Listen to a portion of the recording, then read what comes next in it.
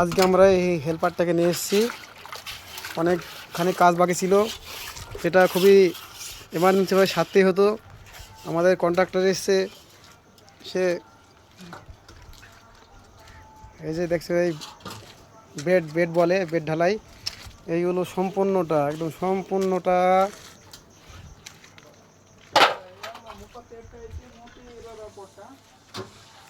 সম্পূর্ণ বেড।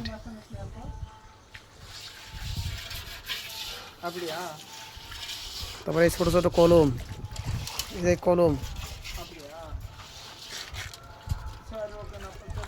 14খান কলম ছিল ছোট ছোট।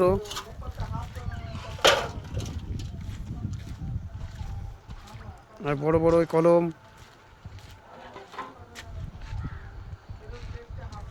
সব শেষ করে দিলাম।